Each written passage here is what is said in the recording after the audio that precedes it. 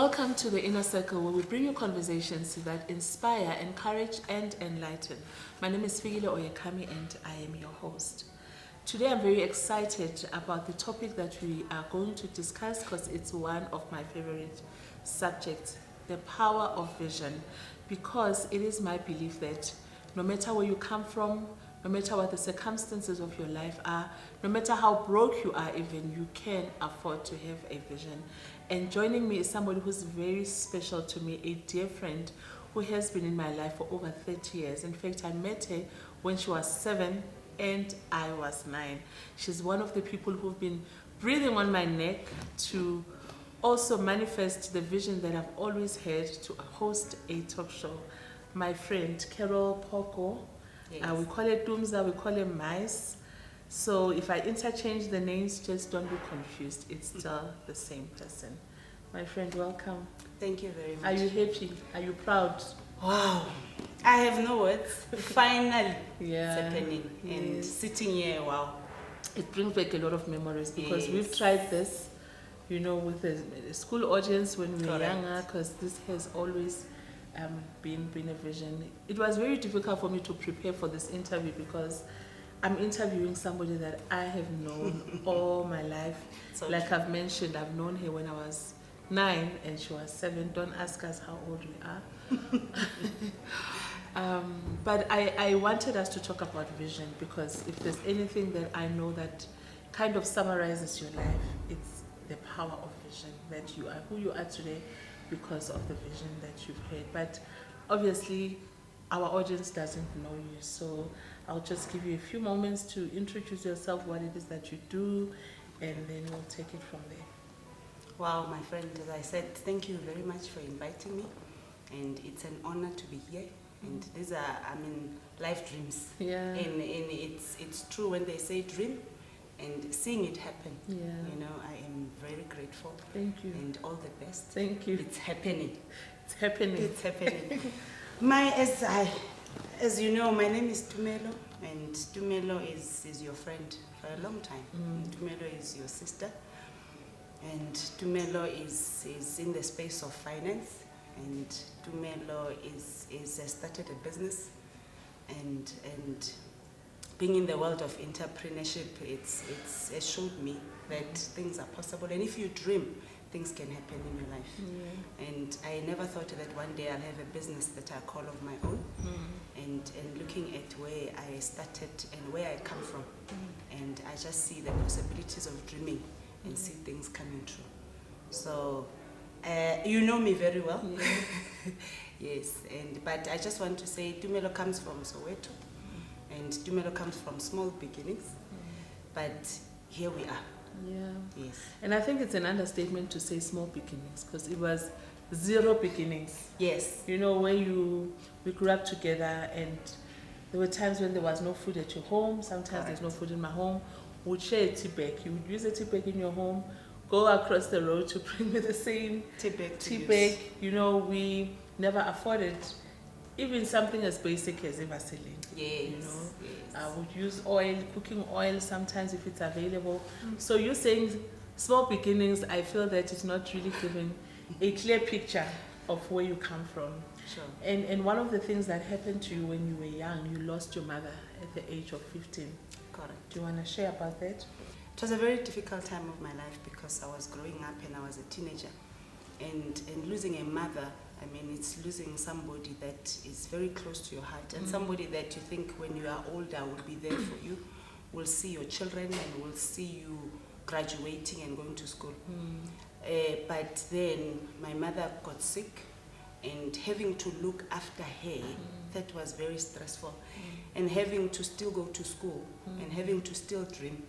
Yeah. I felt that my mother was leaving me, as you know, that we are in the middle of poverty. Yeah. And now the things that I was asking myself is, how can my mother leave now? Who am I going to stay with? And my father was not around, so it was just her. And she was the one of the people that was believing in me. When I look back, I thank God and for just being there and he was the only hope for me at the time to say, you are not alone. Yeah.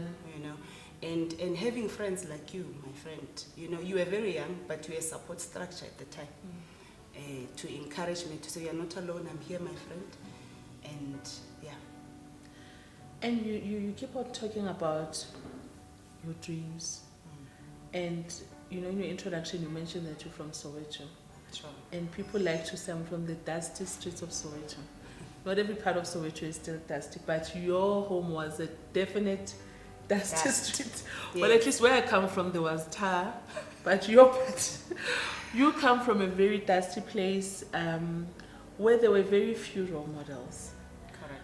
And you still had a dream. What was your dream for your life? I had to dream, because the life that we're living there, it could not end like that. I used to ask myself, if this the life, was I born to live like this? You know, because poverty was just the center of everything. And unfortunately for us, is that as much as you're facing poverty in your home, you're still facing poverty in the community. So it's very difficult to then say, what is better out of where you are? You know, and now you need to dream outside from where you are. You know, I believe when they say the circumstances cannot determine your future. And you need to then to say, without seeing what is here, there is a better place, you know. And I then had to say, how do I get out here? You know, and the answer was, education is one of the things that I can get out, and that means I must then be my best, and I must make sure that I go to school. And the issue of money came in to say, but if you want to be educated, there's money, there's the money component. Where are you going to get the money? But I had to take my thoughts outside the issue that even at home there's no money. But if education is something that can get me out of this poverty, then I would look for it. Then I will do whatever it takes just to get myself out of poverty. And I like what you said about pushing yourself and doing your best, because I went to school with you. You were one of the best students who were doing very well. And I think that is very important, because if people have to believe in your dream, then there needs to be confidence that this is not a wasted investment. So you were in school, you were doing well, but the dream was there. You wanted an education. And you were still staying in the dusty streets of Soweto. No mother, the father is not involved. So how did you push yourself now? You want this education. Obviously there's no money for it. How did you end up getting the education that you got? Your best is what will let people help you. And the only thing that I had at the time was, for me to prove myself, or for the next person to help me, even at school, I had to be the best at what I do.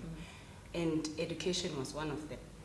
Now, as you know the story, when I went to go to varsity, we did not have money. I didn't even have the registration money. But I had to then go and ask our principal at high school to say, ma'am, borrow us money. You know, it's funny when I remember the story, because when I went to her, I said, I need 1,000 rand. And 1,000 rand was so much. I need 1,000 rand just for registration. And I didn't even think about the money to pay the tuition or the fees thereafter. But it was just to get myself into those Just policies. for that first step. Yes. And when I was there, I just thought to myself, the only way that the institution will not take me out is if I do my best. Then that would mean my results must show. Then I don't think, even if I don't have a bursary, because for the first year, I did not have a bursary. Even if I don't have a bursary, but if I have good results, they will have to find a way. That was the only thing that was going on in my mind. I think that was the only thing that was saying to me, for you to achieve this education, just do your best, and your best is you doing well at your marks. As you know, the first year I got awards. I was the best at Valtech. So, and I remember when I asked to see the vice chancellor at the time, trying to then ask to say, can they, because when I got there, NISAS was closed, and I wanted a way to say, is there a way I can get a bursary, and what help can I get? You know, for them to allow me to have, at a first year student, to have a meeting with the vice chancellor, it was the issue of my results. Yeah. I don't think if I was just an ordinary student, they would. But looking at my first year results, they thought, you know what, let's just allow her. And at that meeting changed my life, you know. And I want to go back to say, also being a child of God, you know, there was, the only thing that made me thought all things are possible was that word that all things are possible.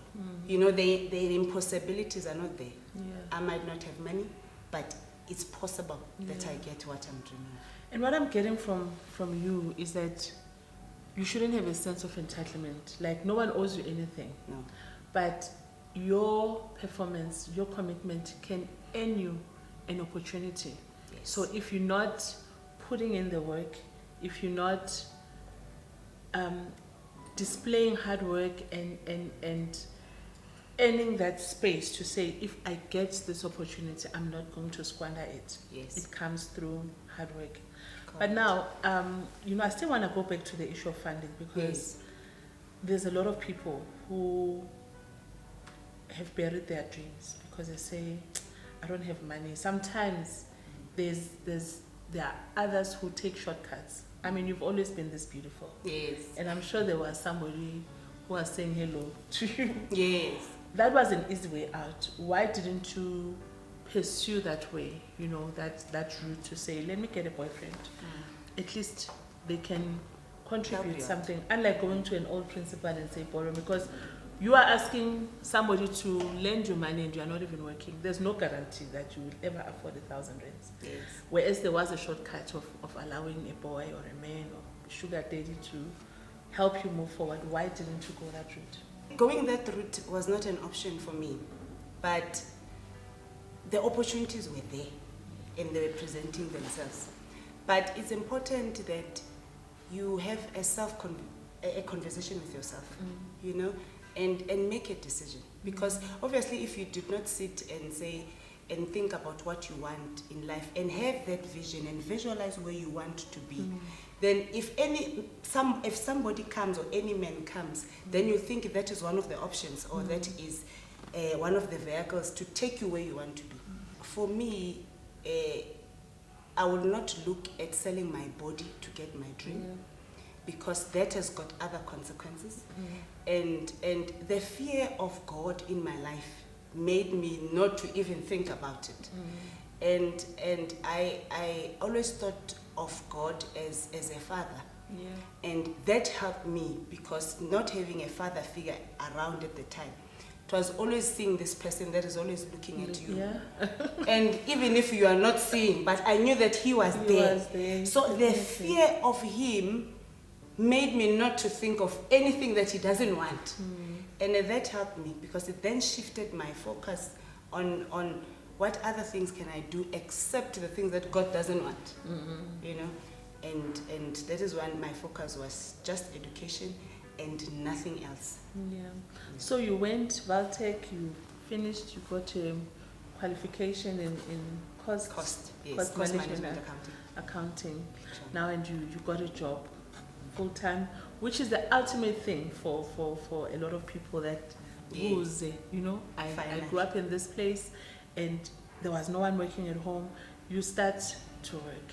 Correct. But you felt that was not enough.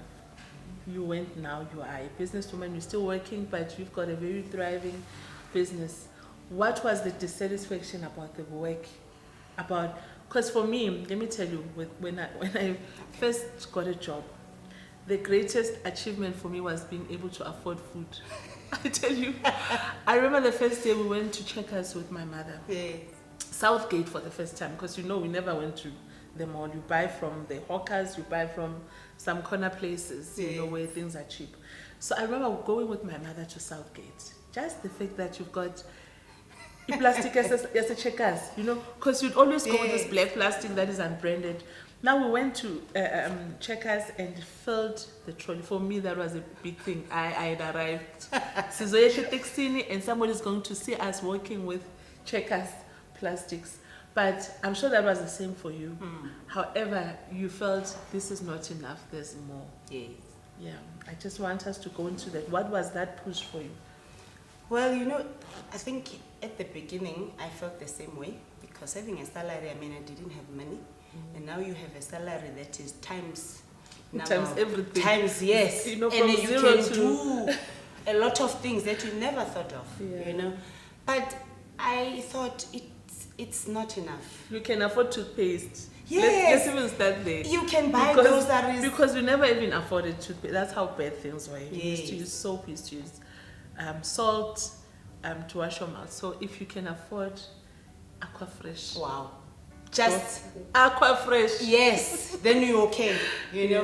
And also, if you can just afford to buy lunch for yourself, because you will just buy bread and that's it. So, after having that salary, and it was enough, because I was on my own. I was single, and I thought of buying a first car, but to me it was, yes, I have a salary now. I'm here. What then?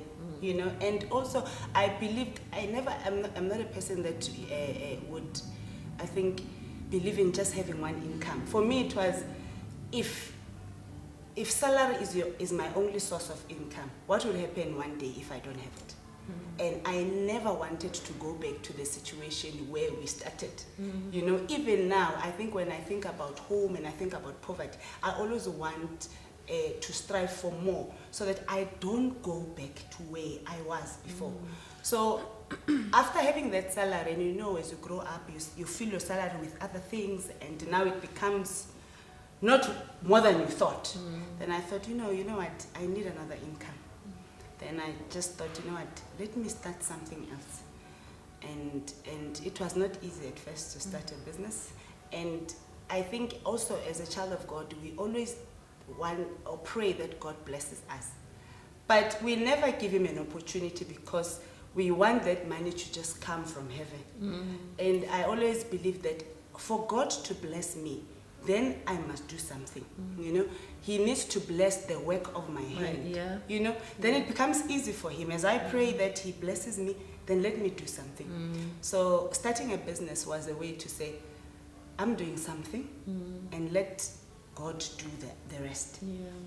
And what I'm also getting from what you're saying, your initial dream was to get an education so that you move away from poverty. Yes. And I know a lot of people who have visions that have manifested, and that's like the end of their lives. Full stop. I can afford the Aquafresh, I can afford the soap, I can afford the bread, the whatever. And you regress, because I believe that as people we are meant for growth. Correct. You're not meant to just stay in one place. So you've mastered that level. Yes. You were getting a salary, now you've built up. You've built, and I like that you are still carrying the same faith. Yes. Because you were mentioning that you had a strong belief in God helping you. You believe in God. You had the fear of God. But now you didn't say, okay, I've graduated from this life of faith. You went back to say, how did I conquer the first level? Yes. And you took the same faith to the next level. But I need us to just discuss what were the main challenges. Because when you think of business, especially for somebody like us, yes. Where you didn't have a template of success, you don't have an uncle, a mother, or whoever in your family that you can refer to and say, how do you start this? How do you do that? For you, what were some of the challenges that you faced when you started your business? And maybe share a little bit what line of business you are in. One of the things that I had to do is to do a research on what do I want to do, and what is the target group. You need to be able to communicate your business to other people. And also, there's an issue when you start of capital and funding. And sometimes when you don't have capital, you feel like, I cannot do this thing, but as soon as you have a business plan, and once you have that business plan and you start looking for funding and believe in yourself, then and start approach organizations that are looking for that idea, that is when that you can get a support. And on my side, how I started is I was in a line of transportation at the time. I was not even in the line of manufacturing protective clothing. I was doing transport. But one thing I have learned that once you start an opportunity in business, the other opportunities come. Yeah. You know, they always say that if you are in that space, if you are in that passage, you know, that's when opportunities will find you. But if you don't start, the challenge one is to start. And starting doesn't mean that I am ready. And starting doesn't mean that success is tomorrow. And I believe a business, you must take it like a baby. You know, you need to feed this baby, and this baby must be a toddler. From it, only then once it's a toddler can talk and can then make you money. So it should not always be the extra income or the money, but it should be, how do I start? You know, and another thing that made me, without going to the challenges first, is I looked at my brother. My brother was unemployed at the time. And for me to give him money all the time was becoming a challenge to say, but how do I support this person all the time? I cannot sustain it. But it made me to think, if I start something and then I ask him to come and work with me, then I would be paying him and he will be working for his money. So those are the things that made me to start. So a vision can also be a blessing. You know, what I'm getting from what you're saying now is that it cannot be just about you as well, you know, because I believe that God blesses us to be a blessing to other people, and just for you to be burdened, because you could easily say, no, I don't have money, I'm Will's Pandela now because I've went to hunt myself, go and hunt. Yes. But what I'm getting is that God will always bring opportunities. He will always back a vision that seeks to be a blessing, seeks to enhance other people's lives. So your vision is not really about you. Correct. And one thing about you is that you are a person who is highly motivated. Like once you've decided, you see this one, we are going. We are going, we are doing it. Yes. There is nothing that will say we are not. Where does that come from? Because I know it's not from your family. Yes. You know what, that push, as you know, I don't allow negative energy around me, you know, and I feel that once there's negative energy, then you will not even see the positiveness that will come. So the motivation I've always had this thing that there's nothing impossible as long as you put your heart to it, as long as you have faith that it can be done, that you can overcome. And how I have overcome challenges was to say, yes, there's challenges now, but tomorrow is going to be better. Yeah. So as much as I face a challenge now or a setback, I always then quickly, I think about the next day. The next day. Then it's going to be better. Yeah. Yeah. And it helps me move from where I am to the next day, you know, and it makes that, and that journey becomes simpler and easier. Yeah. So I always, no matter what, that I motivate myself even when there's really nothing. Yeah. You know, and it has helped me a lot. So environment is very, very, very important. And by environment is not just your surroundings. Yes. But the nature or the state of your heart and your mind. Because the Bible says as a man thinks. So if your mental environment is not okay, no, even if on the outside people are cheering you on, you are not convinced in your mind. Yes. And the people that are surrounding you. So how did you, because you're talking about environment and negativity, I remember when we wanted to go to school and everybody else had given up. You know, our peers were like, what's the point? There's no money. We know a lot of graduates who are unemployed. It was a constant voice. It was a constant reminder that look at your environment, look at your surrounding. Who has what you want? So with that kind of environment, what said to you, let me be a pioneer. Let me just give somebody else who's still coming behind me hope that even if Epowe Street, that's the street of Soweto, there is no one who has done this. Let them look at me. What was happening in your mind to push towards that? Yeah. I think vision is very important. once you have a vision, it will guide you, and it will make you look forward to it. Up until you attain that dream, then you will not even see what is happening. The current state will not even move you, because you are striving for that you want. So it's important to look forward, you know, and it helps you work towards that, you know. But up until you visualize what you want, you know, then it's only then that will push you. No matter what will happen, that until you get it will push you. So keep your eye on the ball. Keep your eye on the ball. The circumstance changes, things changes. I mean, we all know the future it's not certain, you know. But as long as you keep your eye on the ball, that goal, you know. And you know what I like about life and about God is the little successes that you have towards that goal makes you more working hard more. It makes you want to push more for it, and it makes possibilities to say it is possible. I'm going towards it. I'm not there yet, but I'm going towards it. And I saw myself out of Bow Street. So for me to live there, this is temporary. It will go away. I see myself out of it. I see myself out of this poverty, and until it happens. So it's important to fill your mind with that vision. Yes. Have a picture, a clear picture. Clear picture. If you haven't seen it, no matter who says what.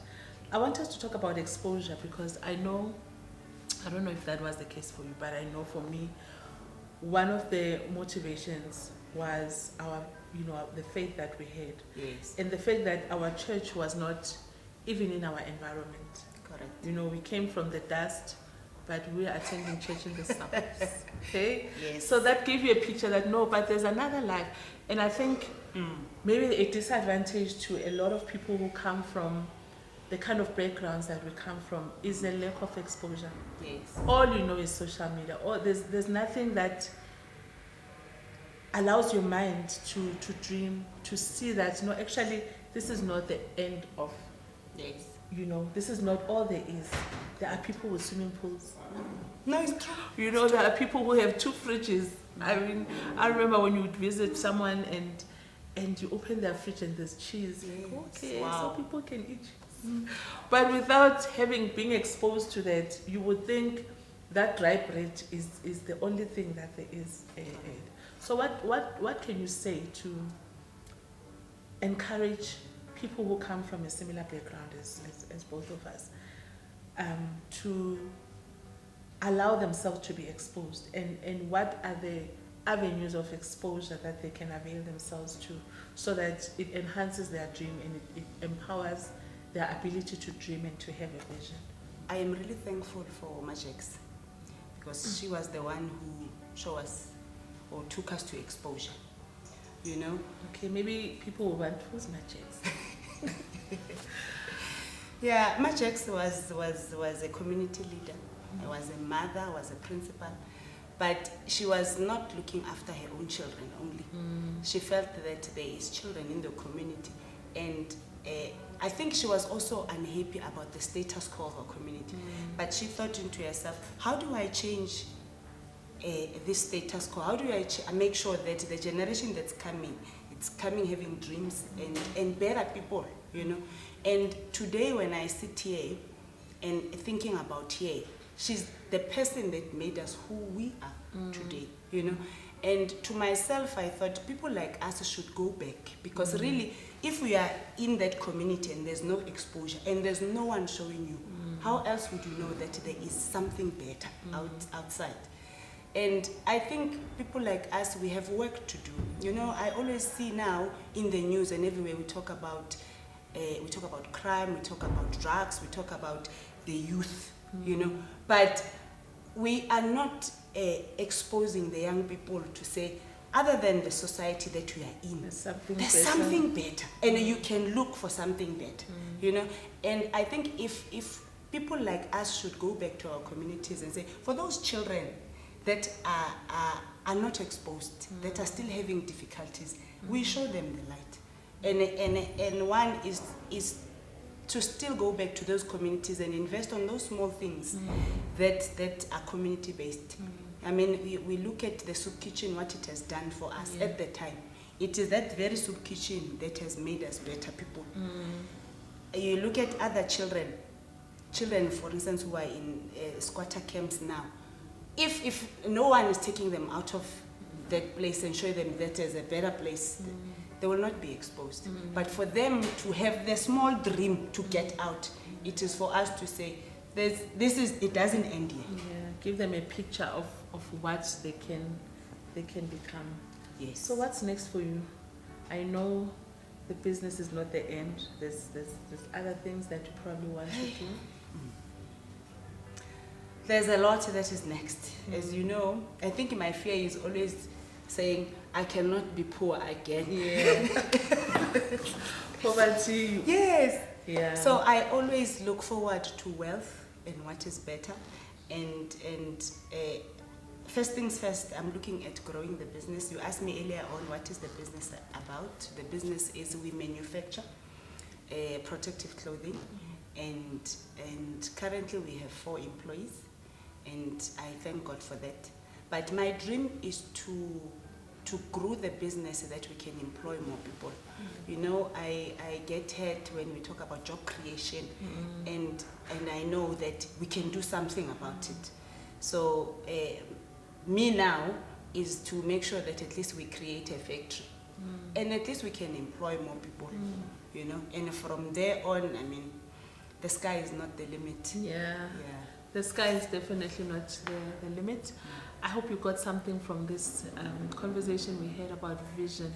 There's really nothing that is stopping you. There's no cost to dreaming. There's no cost in having a vision. Just know that wherever you are, there's something better.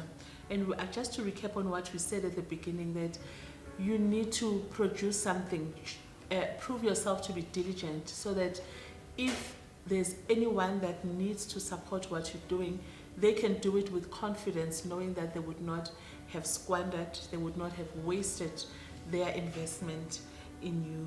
My friend, thank you so much for being here. Thank you for I having am me. really proud of you. Thank you know, so I really am proud of you. You're one of those people that I know, even for myself, I know if I'm not ready to start anything, I don't discuss it with you, because you're such a pusher, you're such a bulldozer.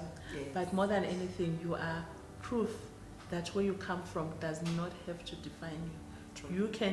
We don't choose how our lives start, Yes. but we can definitely decide how we want our lives to go. And all the best with everything that you want to do. Thank you so and much. I know that God will make sure that it comes to reality, because it is not a selfish vision. Yes. Well, we've come to the end of today's show.